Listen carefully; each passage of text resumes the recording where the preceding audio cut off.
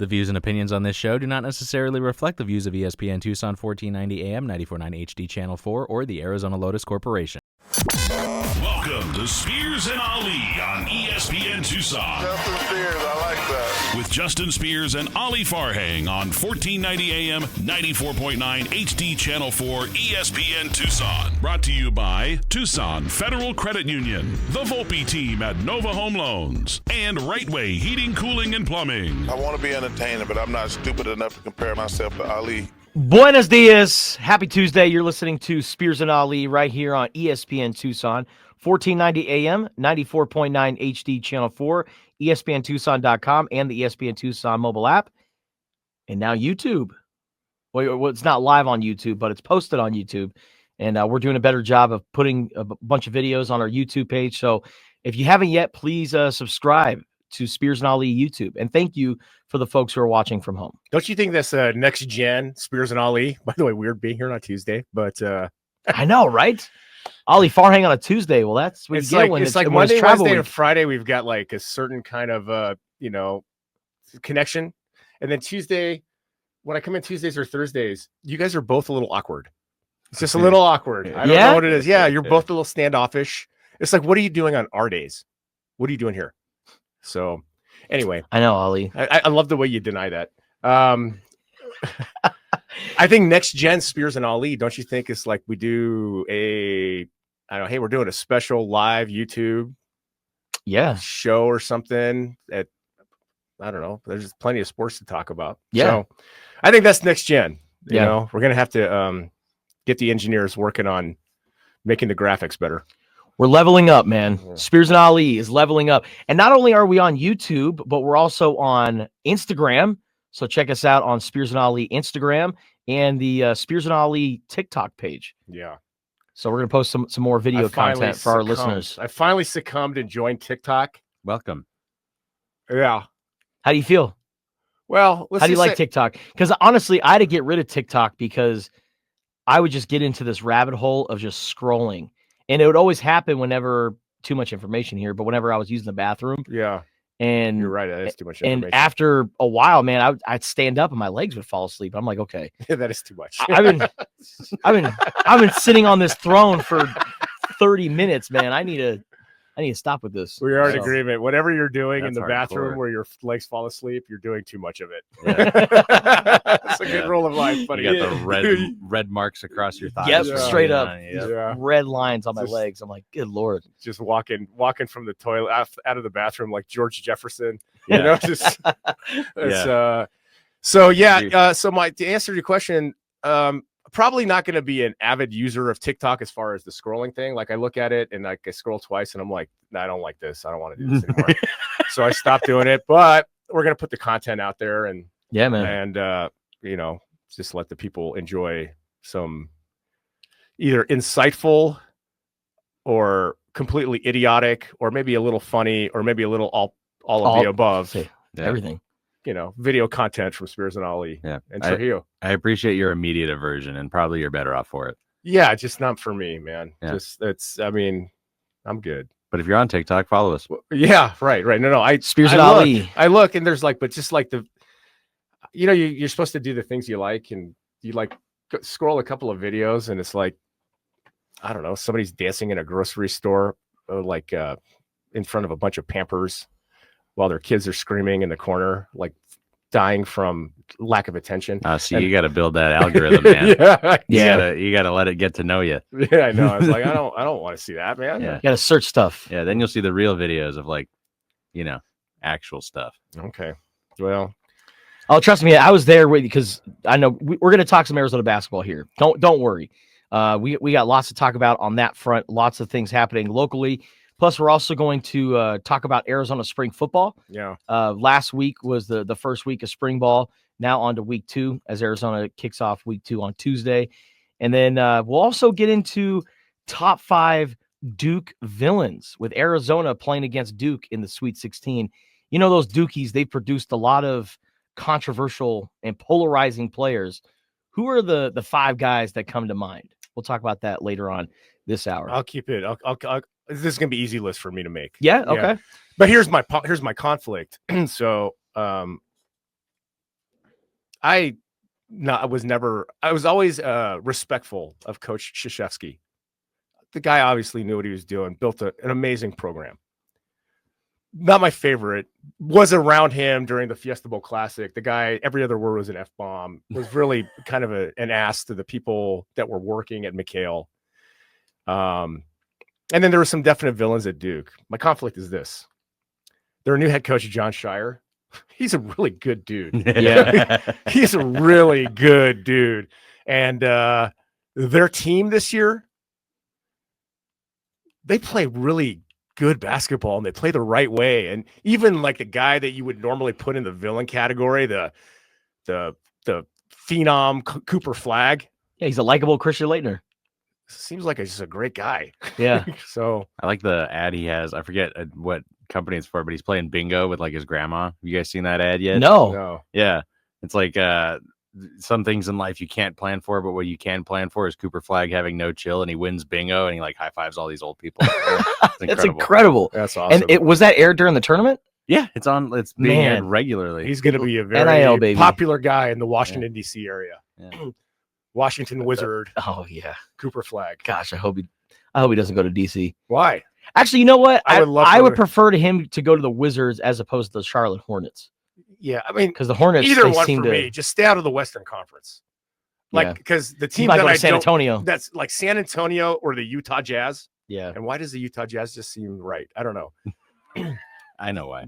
Because it's Cooper Flagg. Anyway, it's But 1973, baby. the euphoria of Saturday, Arizona beating Oregon to go to the Sweet 16 or Sunday, sorry. And then Monday is like we're still happy, but us like, oh, Duke's tough. And then about 5 p.m. last night, I'm looking at some Baylor Duke plays, and I'm looking at Baylor kind of cooking on offense a little bit, even though they lost by 20, but they showed the good plays. And now I'm getting to the point. I'm like, you know what? Arizona can beat Duke. It's going to take playing a very good game. Yeah. Right. It's nothing perfect, but you're going to have to play a good game. Can't turn the ball over. You're going to have to rebound against these guys. And Duke, you're just going to have hands and faces and hope they're just not hot from three. yeah. But Arizona can beat Duke. Mm-hmm. And I saw that the 2011 Sweet 16 line when Derek Williams and Arizona beat Duke by 22 points. They were the number 1 seed, and Duke was favored by 9.5 points. This Thursday in Newark, New Jersey, number 1 seed Duke is favored by 9.5 points. I don't know, man. There's things coming together in the universe. These things are connected. They matter. So who's going to what you're saying is Trey Townsend's going to elevate and dunk over Cooper Flagg the way Jamel Horn did on Kyle Singler? All respect to Trey Townsend, not my number 1 choice of who would be rising above the rim and dunking. Probably Carter Bryant. Yeah, Carter Bryant, or maybe a sweet Henry Vasar, Toby Awaka dunk, or Caleb Love. Well, and that's the thing. And I forgot that Kyrie Irving played on that Duke team that we beat last game. Yeah. So anyway, we do kind of match up with these guys. The guy, what was his name? Mbamboy. Yeah. Did I get it right? I think so. Yeah. Oh, wow. I don't think I did. I think you don't know either. Lady Smith Blackman Baza. Yeah, he's 7'2". Dude, the freshman, big man for Duke. He's a monster. He's going to be a problem. So I think, you got Cooper Flagg, you got Knipple, the 2 freshman phenoms. They're really good. It's the other guys that you got to make sure those guys are going to get theirs. It's the guys like Proctor and Mbamboy. I don't know. I feel like I'm saying a word out of Black Panther. Are you talking about Maluwak? Malawak. Thank you. Okay. Malawak. Mbappe. Mbappe. You think about? I was like, isn't that the soccer player? No. Mbappe. Mbappe. Yeah. I'm a dumbass. Malawak's going to be a problem. I mean, Henry and Toby really got to play, and then they're going to do like high screen and rolls with Malawak. And how we play that? Do we go under the screen? You're going to give up the 3. If you try to go over the screen, you try to press, try to pinch it. Malawak is going to be kind of going down the lane, and he's going to be a problem. So are we going to want to rotate and try to stop him? How we deal with their high screen and roll is going to be very interesting to me. Malawak 7'2". What's his wingspan? Do we know? 11'9". Dude, Yeah, it's got to be, right? He is just long and big, and I mean, for a freshman, I wouldn't be surprised. I mean, if he declared for the NBA draft, I wouldn't be surprised if he went top 15. 100%. Yeah, Knipple, Flag. You could have 3 Duke guys go in the top 15 of this next draft. That's insane. Duke's loaded, man. Duke's loaded, but I'm not going to sit here and say that they're unbeatable because I'm with you, Ali. They can be beat. I really think so. Like I'm not going to sit here and say it's going to take a Herculean effort for Arizona to beat Arizona because beat Duke, or for Arizona to beat Duke because I feel like he's really expecting. We don't want Arizona to beat Arizona. That's what we're trying to avoid. Yeah, the turnovers. That's one thing. Arizona has beaten themselves quite a bit this year, but this is a different Arizona team this time around than that first time in McHale Center. Certainly. Because Mo Cribas, didn't you say Mo Cribas started that game? He did. So you have no Mo Cribas, but Henry Vasar, or he came off the bench, but he was a non-factor, right? Yeah. Was that the game he got hurt? He was already hurt. Yeah. I just think that I think that might have been the last game he played, or he played one more game. But I mean, even when he played in that game, if you were at McHale, Cribas, one of the things about Mo Cribas is for a big man, he's pretty skilled. He's got good feet, and he's good around the basket. He just looked labored, and he looked like he wasn't moving good. It wasn't the Mo Cribas we saw from last year. So, with Toby Awaka, Henry Vasar, we'll see what happens. I think you're going to see a lot more Carter Bryant in this game. I think Trey, we'll see what Trey does, but I'm not sure that I don't know. When we play teams with length, it's tough for Trey. But maybe, he's kind of gotten his groove a little bit. He only played 10 minutes against Oregon after having a really good game against Akron.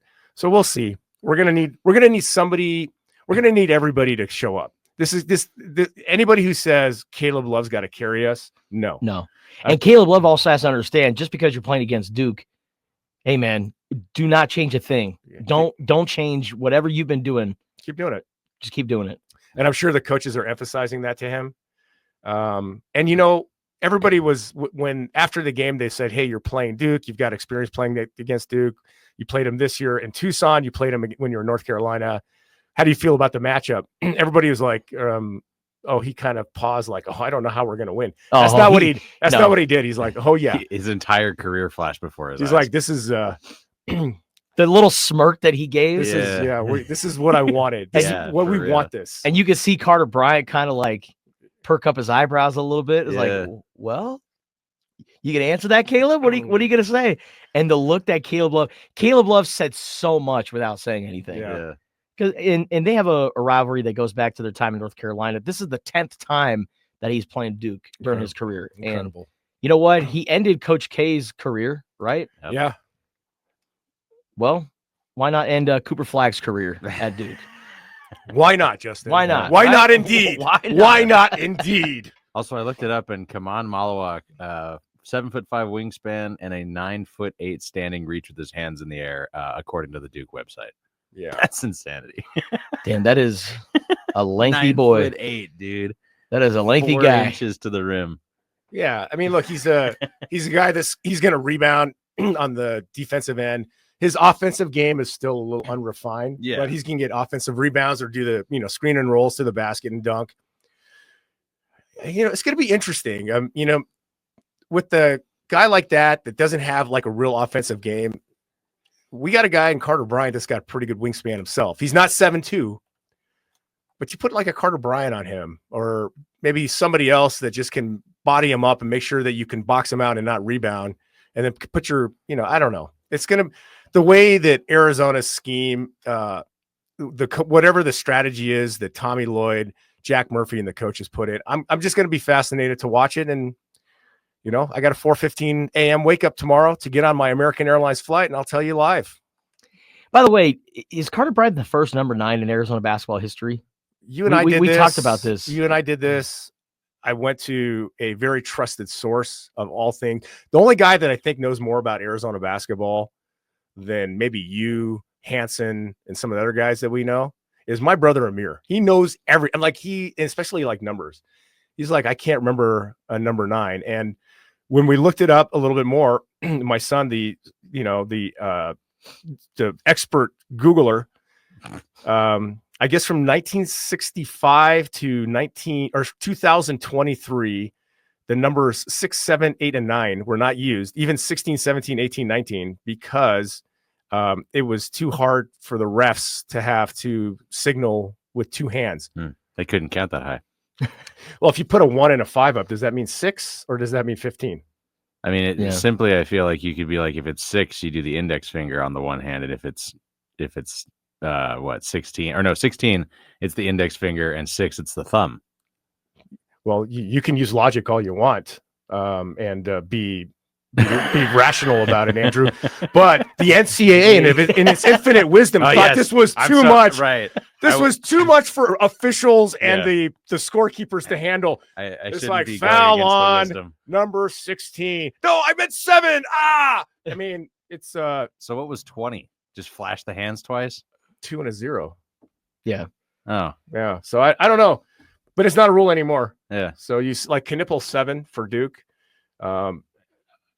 Clearly, maybe the intelligence of the officiating and the scorekeepers has risen to the point that now we can decipher the difference between 7. Yeah. Well, now the refs, and 25. Yeah. Well, and the refs are now allowed to speak during the games too. They don't have to just use American Sign Language the entire time. Yeah. Yes, exactly. Exactly. And they speak to us often every time they tell us the play is again under review. Good God, man. It's one of my biggest pet peeves. Or like when a official at an Arizona football game will say, that play is not targeting or won't be reviewed for targeting. It's like, cool. You didn't need to tell us that. You could have just, I don't know, went about your business. Yeah. I just want, but they just wanted it's not intentional grounding. Cool. Yeah. Thanks. They just wanted to justify why they weren't reviewing it. So just gotta get that camera time, Justin. Got to get that camera time. You know, we're not reviewing that passing play for being out on the kickoff. Yeah. I mean, who could ever forget the Super Bowl 2 years ago where the official came out after the Super Bowl trophy presentation and had to just say, we reviewed the play. The Gatorade was poured on the coach too late after the game. And after review, it's a no Gatorade. No Gatorade. And I bet on purple Gatorade too. So I felt cheated. I tell you what, I hope Tony Padilla is one of the Sweet 16 officials. Dude. I hope he's not at our game. Oh, man. And again, my problem with Tony Padilla is, he comes in with a chip on his shoulder and he's looking for anything to create some sort of attention on him. And man, he did St. John's dirty during that St. John's Arkansas game. He called this, there was the same play kind of like at BYU in Tucson, and he was out of position and he called the foul. Of course he did. Yeah. Of course. All right, we'll talk more about this Arizona versus Duke game coming up later on in the hour. Let's get to some Arizona basketball related news. Yesterday, it was a great day for the Lute Olson coaching tree. According to Associated Press, Mike Bibby will be hired by Sacramento State as its next head basketball coach. Mike Bibby was a great point guard at Arizona, led the Wildcats to a national championship in 1997 as a true freshman.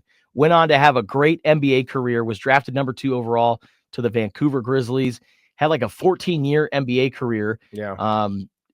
Whenever I think about Mike Bibby's NBA career, I think of him with the Sacramento Kings, with Chris Webber and Vlade and all those guys. Those were some great Sacramento Kings teams. Had a great NBA career and then got into coaching, won some state titles at Shadow Mountain High School, his alma mater in Phoenix. And, has been, dabbling in some coaching roles here and there, but he's got his podcast out. Now he's getting back into coaching at Sacramento State. You got Mike Bibby at Sac State. Sac State, they're very serious about leveling up as an athletic department. Like they're pouring in a bunch of money into the athletic department. They just hired Brendan Marion as its next head football coach. And Brendan Marion was the OC at UNLV. People were talking about him possibly coming here to be the next OC. Leader of the go-go offense, big personality, is a renowned OC. Him taking over the football program, Mike Bibby taking over basketball. Look out for the Hornets. The Stingers, baby. The Stingers of Sac State. Sac State Stingers. Yeah. You think Mike Bibby might be the only head men's basketball coach in Division I wearing a muscle tee? Yes. Oh man, them guns. Oh yeah. It's just Stinger's. It's just like, oh, there's Coach Bibby in his traditional tank top. Yep. Yeah, he's got to show those guns off. They're bearing arms. Brendan Marion and the Go-Go offense. So what you're saying is they got the beat. They do, man. Yeah. They do. They do. And then the second Lute Olson Thank you, Andrew. coaching update is Josh Pastner is back in the mix. Josh Pastner was Mike Bibby's teammate on that 1997 team as a reserve guard hanging out on the bench. And Josh Pastner has turned into a great coach. Ever since, his time was up at Arizona, he got into coaching, was an assistant under Lute Olson, and then eventually, I think under Kevin O'Neill briefly during that interim season. And then he eventually took over the Memphis basketball program and then went to Georgia Tech, was fired, got replaced by Damon Stoudemire, of all people, another former Arizona Wildcat who's doing great things at Georgia Tech. And he's been doing TV over the last couple of years, is great. We've had him on the show in the past, and now he's back in the mix. He's going to be coaching at UNLV. Yeah, so very happy for him.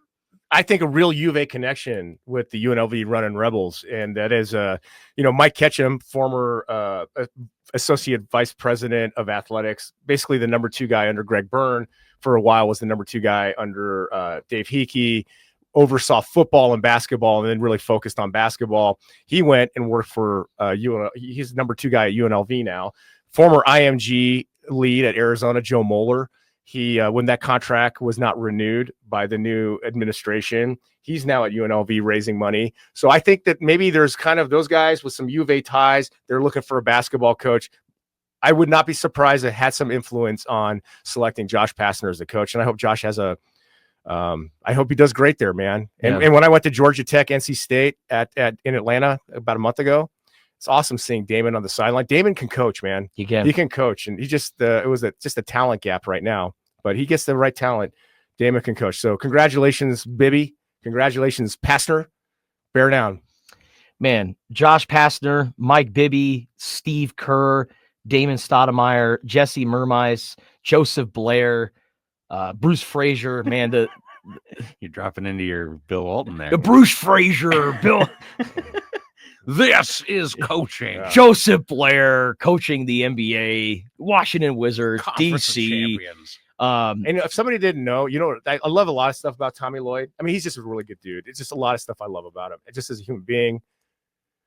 If you didn't know better, if I told you that Tommy Lloyd played as a walk-on or as a like a reserve guy on Arizona basketball under Lute Olson, you would believe me. He definitely has carried on that lineage. Definitely. All right, coming up next on Spears and Ali, we got some more Arizona basketball news, but on the women's basketball front, one of Arizona's top players is officially in the transfer portal. We're going to talk about that and also Arizona spring football coming up next. Spears and Ali presented by Tucson Federal Credit Union, the Volpe team at Nova Home Loans, and Right Way Heating, Cooling, and Plumbing. I think we accidentally got our little clip we're going to put on YouTube. No. Yeah. Unfortunately, there was no audio to it. But there wasn't? No. But I could just clip it together. Yeah. I'll put the... Someone believes in hexes. Yeah. And somehow Jaden Daniels' mom is responsible for Juju Watkins tearing her ACL last night against Mississippi State. Yeah. That sucks. Dude. All seriousness, though, like Juju Watkins is a fantastic talent. And... seeing her go down like that was hard to watch. Just when you see someone go down like that, non-contact. Yeah, dude. It's it's like, oh man, that's what it is. Yeah, but she'll bounce back, man. You know what? The road of success is littered with failures and fighting through adversity, and maybe she'll come out of this better, because sometimes when something is taken away that you love, you take it for granted, and you got to work back to get to where you were. You're more appreciative. So maybe this could be, in a weird way, a good thing. And this is not like the 70s and 80s where you tear your ACL and you're done. You're done. Yeah. Right. This is, ACLs now. It's like, oh, well, you're going to be out like a week. Yeah. Right? Yeah. I mean, she's not going to be out a week. No, she's going to be out like 6 months. Yeah. But it's going to be the science, the medicine's gotten a lot better. Which, if you're squeamish, do not look up how that surgery is done. I looked it up once and never again. I'm not even going to talk about it on the air. Yeah, I don't know if there's I don't know if I call myself squeamish, but I know what I like and what I don't like. And I don't think there's any surgery I would want to watch. Yeah. Well, this is the mayonnaise of surgeries for sure. Good God. Yeah. Well, maybe in those 6 months of her recovery, she's going to have a new teammate from the University of Arizona. Could it be Jada Williams? Because Jada Williams SC has officially entered the transfer portal after a couple of seasons with the Wildcats. And Jada Williams, I mean, she came to Arizona as a 5-star recruit. She's originally from Kansas City, Missouri, but played her preps career in San Diego. And this past season, averaged 12.7 points per game, 3.5 rebounds, and 2.9 assists. And she is a social media phenom. She's got thousands and thousands and thousands of followers. And because of her large social media following that she accrued, I mean, freaking since high school, like she was in overtime documentaries and promoting brands in high school. And then she comes to Arizona as this NIL queen, and she definitely capitalized on it. She's got a ton of deals, and she's a very popular figure.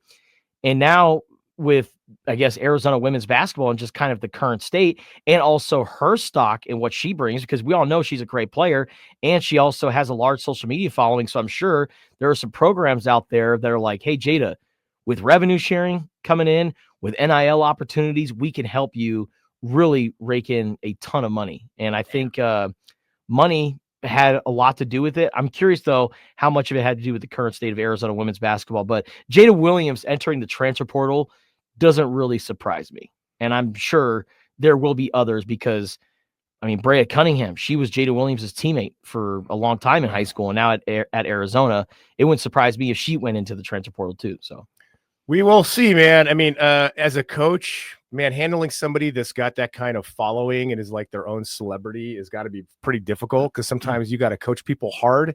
And the people that have those kinds of followings or perceived celebrity status don't take hard coaching very well.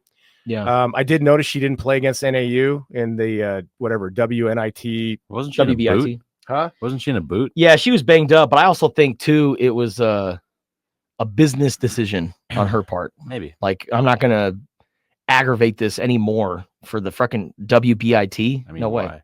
Yeah. I don't Oh, know. I said freaking. Okay. I was like, whoa. Yeah, no. whoa. Yeah, there's dump button over there, Andrew. No. Like, Yeah. No, I said freaking. Here's She's got 617,000 followers just on Instagram. wow. Yeah. That's Wow. insane. We're like, 616,000 away from her. Yeah, we're Spears and Ali catching up. Instagram. Yeah. Follow us on Instagram. Here's the we kind of talked about this after the show on text, Andrew. Here's the problem with Arizona women's basketball right now. You've got a head coach that's going into their last year of their contract. With no extension. I don't think she'll be extended. I don't know. But if she's not extended, I don't think she'll resign. I don't think that Last dance, Adia Barnes. I don't think Arizona's going to terminate her contract. I'm not sure there's another job out there for her to take. So let's check all those boxes. She's not going to resign. Her employment's not going to be terminated with a year left, and she's not going to take another job. Whether you're on this team now or you're a recruit looking to maybe join the 2025-26 Arizona women's basketball team, you go because you want to play for that coach. Mm-hmm. And if that coach you're not assured that coach is going to be around, even with the transfer portal, it makes it very tough to recruit. Yeah. So it's kind of it's a double-edged sword where if you don't make a move, it's going to be very difficult for Arizona women's basketball to be any good next year. Yeah. I mean, if you guys had daughters and they were really good and you're like, I want to play at Arizona, I really want to play for Adia Barnes, but Adia Barnes got 1 year on their contract. I am guessing, like most people, you'd be like, maybe you should think about the other school that's offering you, where there's a little bit more sense of, assuredness of stability. Yeah. Yeah. And I mean, every school, in terms of the revenue sharing, their percentage of the pie is a little bit different, right? There are going to be some schools out there that get 5% of revenue share, where Arizona might get more like 3 or 2%, which doesn't really seem like a large amount of money, but we're talking about like $600,000 here for women's basketball. That's a lot of money that you could be paying players. Yeah. So, and a lot of those programs, the top ones, they've got outside collectives that also and it's going to have to be done a little bit different. That can put some more money in the pot. With revenue sharing, and the date everybody you want to know about is July 1st. That's really the drop date of when schools need to start paying whatever percentages to the different teams. You're going to see Arizona and other schools.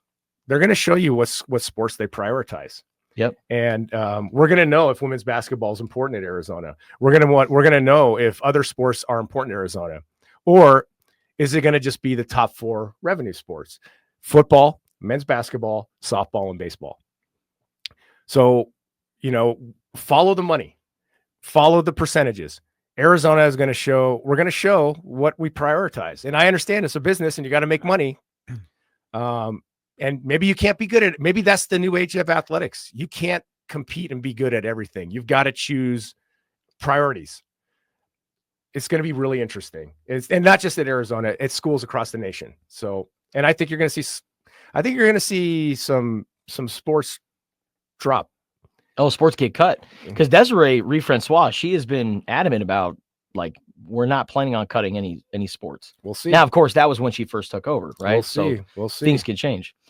But yeah, I just think that it's a weird state to be in right now for Adia Barnes and the Arizona women's basketball team, because, I mean, you just had this disappointing season, and then your best player decides to enter the portal. They're going to enter the portal too, but how are you going to recruit? How are you going to rebuild this roster? And also, like, this is another year where Arizona women's basketball has so much turnover. Yeah. Like, you're losing a bunch of players, and I love Adia, right? I think she's great. She's a rock star. Like, I mean, there was 200 people going to games before she took over. Now we're talking about, on a bad night, 6,000, 7,000. So the fact that she's brought so much attention to the Arizona women's basketball program is commendable. And she will always be remembered as, one of the best to ever do it at the U of A in that sport. But I think she is the greatest women's basketball coach in Arizona basketball. Easily. We went to the national championship game, man. Easily. And just one shot away from winning it all.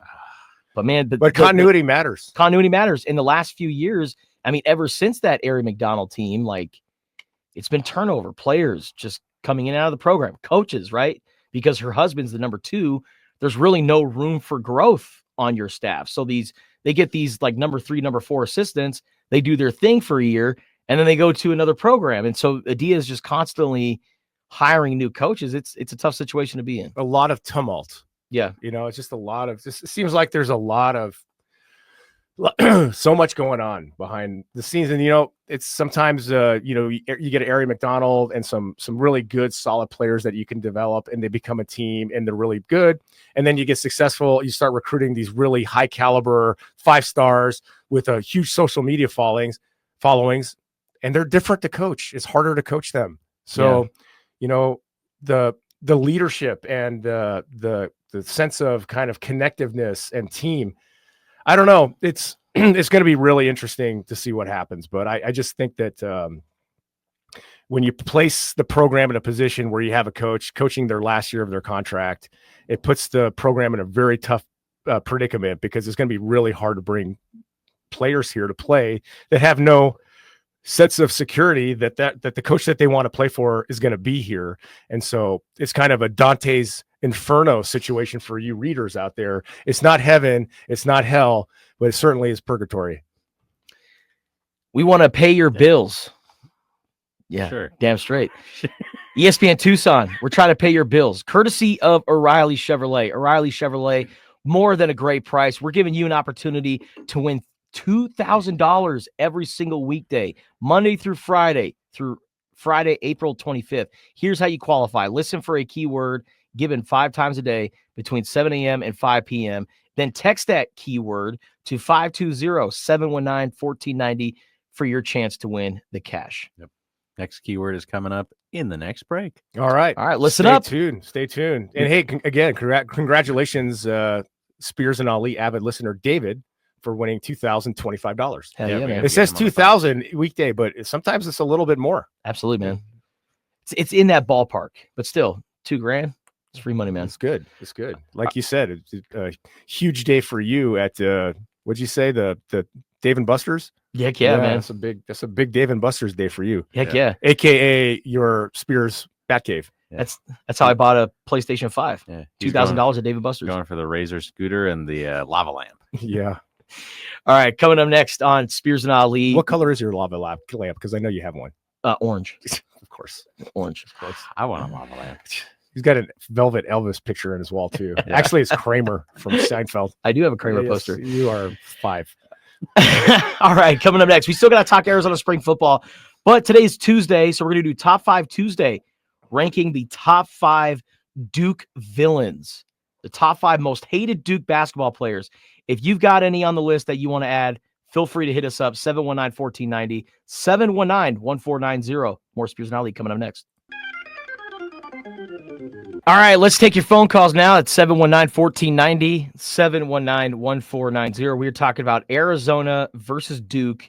And for Top 5 Tuesday, we're going to be ranking the top 5 all-time Duke basketball villains, the guys that you just absolutely love to hate. And Duke, they had a number of them. So who did you guys hate at Duke? 719-1490, 719-1490. Let's take our first phone call, and that is our guy, T-Money. Good morning, T-Money. Gentlemen, morning. Hey, I would like to say that my number one Duke villain is NCAA. I think NCAA would love to play for Duke. And I think the NCAA wears Duke underoos to bed. Yep. Having them play their first round games in Raleigh, North Carolina is not out of an ordinary. As a matter of fact, I think Duke plays all their first round games in the state of North Carolina every year. So that's great. My real, I was being facetious, but my real villain is Cherokee Parks. Cherokee Parks is the embodiment of Duke basketball. Christian Laettner did the Christian Laettner thing, and most everybody listening to this don't even know who Cherokee Parks is. That's the whole point. When Laettner left, Cherokee Parks was propped up as the best player in the United States, and all the cutaways were to him, and nobody knows who he is to this day, but I had to live through that, so I still dislike the guy. Won a national championship in 1992, originally from my roots in Huntington Beach, California. That's a really good one. Who else would you put on that list, T-Money? I would say their current coach would be on that list, where he's, guy never got called for a foul in his whole career, even though that's all he did was just body dudes. And get away with it. Who I can't pronounce his name, and I forget what his name is. Wojciechowski. I don't know. Steve Wojciechowski. Yeah, good one. Yeah.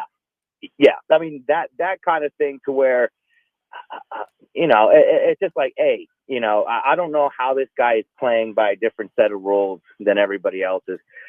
Dunleavy, Jay Williams. Yeah. I can go on and on and on, but I don't know if they have like a profile, like a mental profile that they like to choose. Definitely Cooper Flagg does fit that, even though he's very likable, but he's another Adderall basketball player that is just like, man, like, come on, dude, like let's call some fouls on this guy. Adderall basketball player. I love that. Hey, T-Money, thank you as always, brother. We appreciate your phone calls. All right, Bernard. Take care, man. Bear down, buddy. Good stuff there from T-Money. I love T-Money's phone calls, man. He's always a good time. All right, so I agree. Cherokee Parks, that's a name from the past, man. He was like the number one recruit in the country. Yeah. How about, okay, so here are my 5. Okay. You going 5 to 1? 5 to 1. All right. So I'm going to go number 5, Shane Battier. I feel like Shane Battier in those Duke teams in the early 2000s that beat Arizona in the 2001 national championship, he was like the leader of all of them, right? Like he was the best player. He was the guy that had kind of the most NBA promise. To me, Shane Battier will always be one of the most hated Duke players. Number 4. Also a weirdly shaped head. Go ahead. Yeah. Number 4, I'm going to go with, and also my hatred for Shane Battier kind of carries into the NBA. Because when he was with the Rockets, the Lakers would have some intense battles, and he would guard Kobe. Number 4, I'm going to go with Jay Williams, just because of it was a foul, man. It was a foul. You hopped on Jason Gardner's freaking back. But I'm happy to see that after all these years, Jason Gardner and Jay Will earlier in the year, they were able to take a picture together on the floor. They reunited and had that moment. And I think Jay Williams knows that it was a foul too. He admitted it. And And Jason Gardner, don't think he's let it go just because he's a very affable guy and willing to break bread with a guy that treated him like a surfboard. So, and I think the refs after review said surfing was okay. There is no foul. Yeah. He Unbelievable. surfed him. He body surfed him. And it was going to be his 5th foul. Unbelievable. We should have won the national championship 2001. Yep. Number 3, Grayson Allen. This is kind of a new age Dookie Blue Devil, but Grayson Allen with the tripping and just the dirty antics. He epitomizes Duke basketball and just kind of their reputation. And I'm glad to see that he's cleaned it up. Like ever since he's gone to the Phoenix Suns, I've actually kind of liked him a little bit, but yeah, Grayson Allen at Duke, man, did not like him. Number 2, I'm going with JJ Redick. And the only reason why I'm going with JJ Redick, my beloved coach of the Los Angeles Lakers, the only reason why I put JJ Redick on this list is because I felt like, and it's not even his fault, really. It's the national media that gave him so much attention as opposed to Salim Stoudemire at Arizona. Because if you look at really the 3-point shooting numbers that season, Salim Stoudemire was a way better 3-point shooter. But JJ Redick was this sniper, and oh my gosh, he is one of the greatest shooters of all time. And Salim Stoudemire was just kind of like a second-class citizen to the worldwide leader in sports in ESPN. I know we're on ESPN radio, but like, come on, man. Should have given Salim Stoudemire a little bit more love in 2005, or maybe I wouldn't put JJ Redick on this list. So I got JJ Redick at number 2, and then number 1, Christian Laettner, the great white hope, the man that you just love to hate. He talks so much smack, and he was good at it. He was the best trash talker, and he could back it up. And you know what? I put him number 1 on this villain list, but ever since the I Hate Christian Laettner documentary came out, I really liked him because I always thought he was a silver spooner. And come to find out, that man came from a blue-collar family and grinded and worked his way up. Didn't have the NBA career that we thought he was going to have. Don't think he should have been on the dream team, but that's how it worked out. I put Christian Laettner number 1, but man, one of the greatest college basketball players of all time. You can't deny that. Yeah, authored one of the greatest plays with 1 second left against Kentucky from the free throw line. Yeah. Yeah, Christian Laettner is hard for me not to like him. I mean, he was less than blue collar, and the guys that were, went to Cranbrook private school were Thomas Hill and Grant Hill. So hold on. You want me to do my 5 after the break? Yes. Got it. So you're going to like my list. Ollie's got his 5 Duke basketball villains. If you want to call in and talk about Arizona basketball, hit us up at 719-1490. Wrapping up hour number 1 coming up next. All right, top 5 Duke basketball villains. My list was Shane Battier, Jay Williams, Grayson Allen, JJ Redick, and Christian Laettner. Ollie, what's yours? Yeah, so number 5 for me is Jay Williams. It's a foul. It was always a foul. It's still a foul. And there's an asterisk for the Duke 2001 national championship game because you guys were, it was given it to you. And so we're going to get there. We're going to get there on my list. But Jay Williams, number 5, I do like him as an analyst. I think he's pretty good at what he does. Number 4 is Bobby Hurley. Christian Laettner is not on my list. I actually despise Bobby Hurley way more. Oh, Bart Simpson. Just the slapping the floor on defense and just always the bitter beer face. And now he's taking that with him as a coach. Bitter beer face. He's always got that look on his face like he just drank something like his buddies made a concoction because he lost his fantasy football league and he had to take a sip of it. So he's always got the bitter beer face, man. So Bobby Hurley, just from the second I saw him to the present, I really just can't stand the guy and in his face, and especially, and I hope he's the ASU basketball coach forever. Number 3 is Coach K. Master Splinter. Yeah, Coach K. Respect him as a coach. Obviously, one of the greatest coaches of all times in college basketball. His accolades, speak for themselves. And but he just I had a personal experience with him at McHale when Duke was here. He was just so rude and such an ass to the people that worked at McHale, and just the litany of vulgarities that come out of his mouth, like most humans breathe air. Look, he's a great leader. He's got like a lot of good attributes. but it was the personal experience. And to me, Coach K, absolute villain when it comes to Duke, the face of the program. Number 2 is NCAA officials that seem to always give Duke the call. Back to the Jay Williams thing. NCAA officials, I believe, is part of their orientation. It's at least 2 days of the origin story of Duke basketball and why it's important for the NCAA for Duke to be good and why you need to make calls that favor Duke. I'm so worried about that in the game. Oh, you should be. The flag's just going to like charge in and never get called for it. You should be. It's going to be, I mean, just the officials and their Duke bias. It's not me being, exaggerating about it or being biased. It's just like facts are facts. Like you could just see anytime Duke is playing, the officials, it's like they're all become Italians. It's like 2 kisses on both sides of the cheek to each Duke player, a big hug to the coach, and they know they're going to have a good pasta meal afterwards with the team. And pasta deal. Yeah. And I really feel like under the stripes, they're wearing Blue Devils shirts. So it's like, yeah. Foul Arizona, go Blue Devils. Charging. Go Blue Devils. It was a timeout, ref.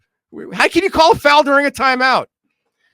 Go Devils. It's like, what's the name of your son, Mr. Official? Cameron. Yeah. Okay. Cameron. I see. What's his middle name? Indoor. Yeah. Indoor. I have actually, Cameron Indoor Smith. I- You get your ass inside. I have actually 3 sons, and it's Cameron, Christian, and Shane. Yeah. No coincidence there. My number 1 villain of Duke basketball is Dick Vitale. Oh, baby. Shut up. I love it. Just shut up. I mean, Dookie Vitale is, I mean, look, I used to kind of like the guy. I met him once. He seemed nice enough, but he is like obnoxiously a Duke homer.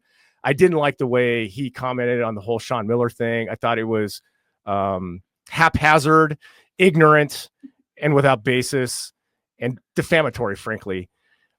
So my number 1 Duke Blue Devil villain is the very man known by the name Dookie Vitale. No Jay Billis on that list, huh? A little surprised by that. Yeah, me and Jay are working it out. All right. We're taking your phone calls to begin hour number 2, Plus, 719-1490. Hour number 2 of Spears and Ali on ESPN Tucson is presented by the Volpe team at Nova Home Loans, Tucson Federal Credit Union, and Right Way Heating, Cooling, and Plumbing. Top 3 on my most loved list. We just did top 5 Duke villains. Yeah. I'm going to say top 3 heroes. Paul Volpe, Nova Home Loans, Tucson Federal Credit Union, and Right Way Heating, Cooling, triple threat. And come on, Plumbing. there you go. Damn straight. There you go. So it's kind of like 5. I guess. Sure. Yeah. Matthew Gaspari, Tucson Federal Credit Union. We love him. Stud. So, yeah, we appreciate all of our great sponsors here on ESPN Tucson. Yeah, so we for Top 5 Tuesday today, we ranked the top 5 Duke basketball villains. If you want to contribute to that, hit us up at 719-1490. Who are the Duke players that you just love to hate? Call in at 719-1490. And if you missed it, it'll be posted later on Facebook, X, Instagram, and TikTok. Am I missing anything? YouTube. Well, it's going to be YouTube. It's going taking you to our YouTube channel. And Still going to be on YouTube. That's true. And MySpace. No, we are not on MySpace anymore. Tumblr, yeah. So we're doing this thing. We're trying to dive into the social media channels, and we're doing all the channels too. So we're on TikTok, we're on Instagram. Of course, you can follow us on Twitter at ESPN Tucson, but all the other social media accounts, it's all Spears and Ali branded. So go to those accounts, search Spears and Ali, and give us a like and a follow as well. Yeah, give it a like, give it a follow. Justin will be your best friend. Forever and ever. Yeah. Yep. All right, let's take some phone calls now. Call in at 719-1490, 719-1490. We got Gabe on line 1. What's up, Gabe? Thanks for your patience. Nothing much. Good morning, Ginger Assassin, the Persian Godfather. How are you guys doing? Long today? time no hear, Gabe. We're doing great, buddy. How are you? I haven't heard Ginger Assassin in a long, long time, man. It's good to hear from you. Yeah, and it's nice to hear from you guys. Miss you a lot. I hope everything is going good for you. So let's get down to business, shall we? Let's do it. I got 2 things. It's always good that Arizona beating Oregon. So I guess Arizona won the Pac-12 championship over the Quackers. So that's always good. And on a lighter note, welcome to Crap Load of Furniture, where we have the best deals. Just ask JD Vance because he loves furniture for some very odd reason. Yeah. Oh, Gabe. Well, first of all, the Crap Load of Furniture, that's a Spears and Ollie deep cut. Yeah. Gotta watch overtime for that. Yeah. That's pretty impressive. Because it's like, why do furniture stores, why do they overthink it? Right? Why do they just call themselves, would you say Chantal? Chantal. It's like, you don't think of, but we sell outdoor patio furniture. Why don't you just call it Crap Load of Patio Furniture? Yeah. That way I know what you got. Exactly. Yeah. You could Google it too. Yeah, It's exactly. like Crap Load of Furniture. When you Google it, furniture, it's like, oh, there's Crap Load of Furniture. It's number 1 on the list. Hey, Gabe, thanks for calling in, brother. Always appreciate you. Thank you. All right. Let's take another phone call here. We got George joining the show. What's up, George? Hey, what's up, Spears and Ellie? How you guys doing? Doing morning. great. Good morning to you, my good sir. What's on your mind? Oh, man. Just wanted to tell you my most hated Duke player, and Ali and I are close in age. I'm shocked no one mentioned Danny Ferry. Yeah. Oh, man. Yeah. He was like right there for me, but he was the precursor. I try to be funny, so I Clayton. wanted to put referees and Dick Vitale on the list. Oh, I agree with Dookie V totally. Yeah. But, man, that Danny Ferry, he drove me crazy back in the day, boy. Yeah. Well, he was the precursor to Leitner, right? Yes. Yeah, him and Sean Elliott had some incredible battles. Absolutely, man. The last one being in 1989 in New Jersey at the Meadowlands, and Arizona won by 2. Coincidence that we're playing them in New Jersey now? We shall see. Yeah, Sean came down and hit that deep 3 to go up 2 with like a minute left or something. Yep. Top of the key. Yep. Straight, man. Yeah, incredible. Hey, Ali, yes, sir. Quick question to get off the topic a little bit.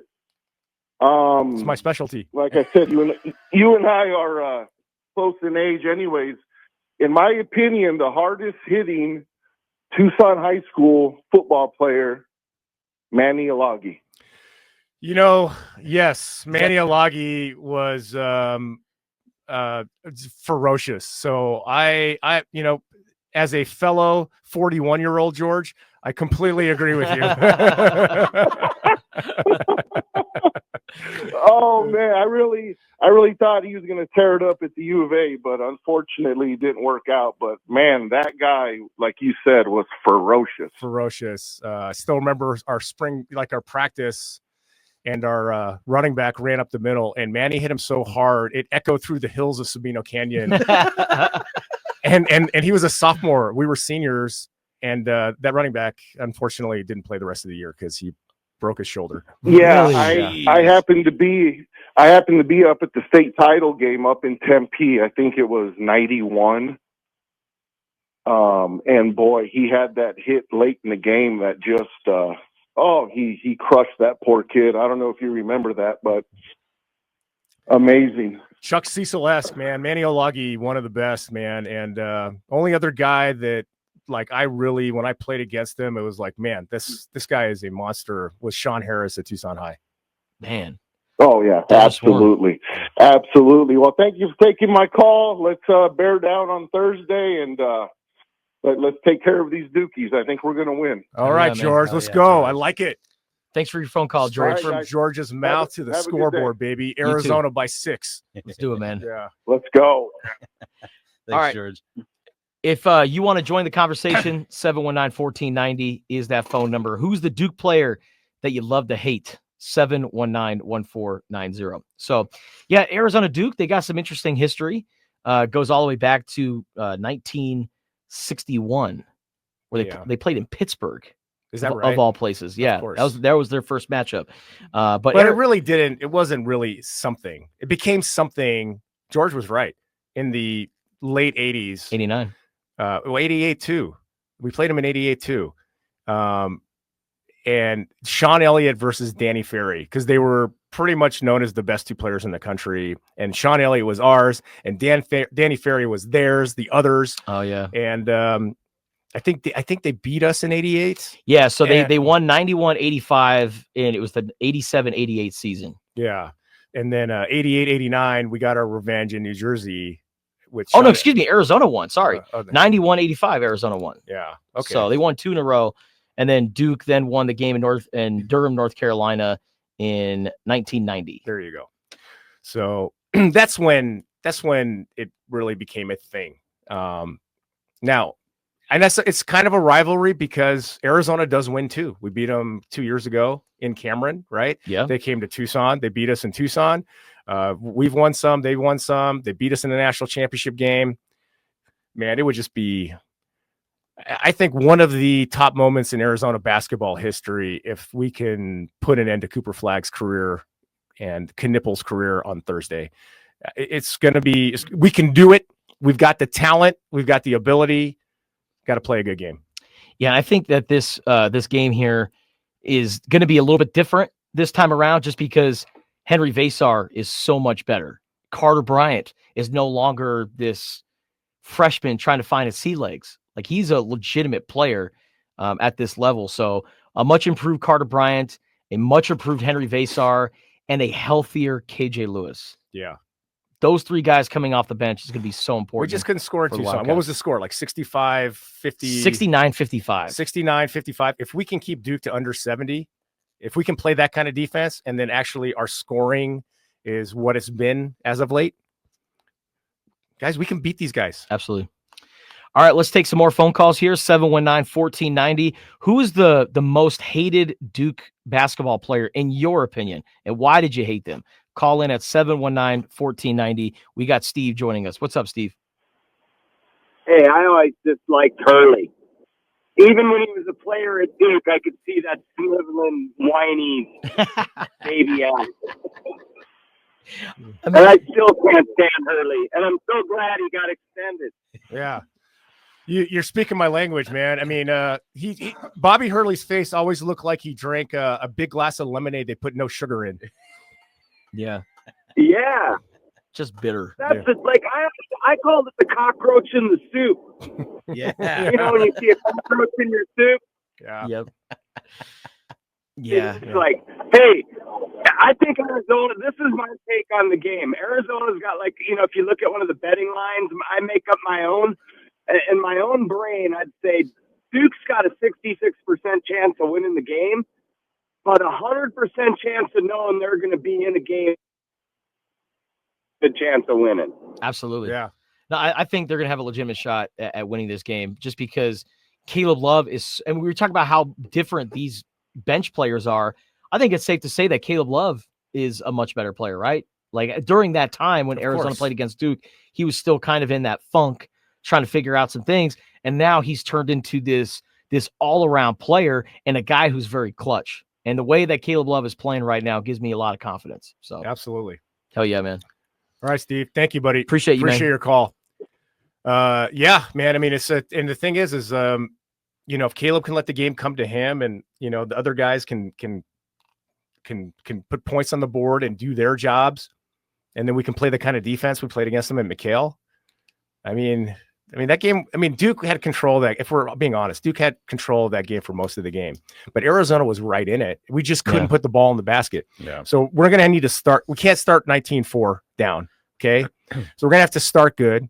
Last 2 minutes of the first half, first 4 minutes of the second half.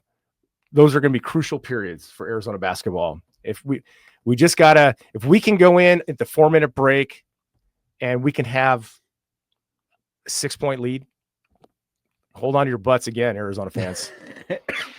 So we're going through the Arizona versus Duke history. Now, we already know about 2001, right? What's like your favorite Arizona Duke game? And why is it 2011?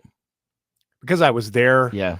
Is by the way, happy birthday, Xavier. He turned 24 yesterday. It was Xavier's birthday. It was on March 24th. Yes, it's Kobe year. Or Ricky Henderson or Willie Mays or Ken Griffey. A lot of 24, good number. So I'm there. He's 10 years old. It's his birthday. We're watching it. Duke's favored by 9.5. They're a number 1 seed.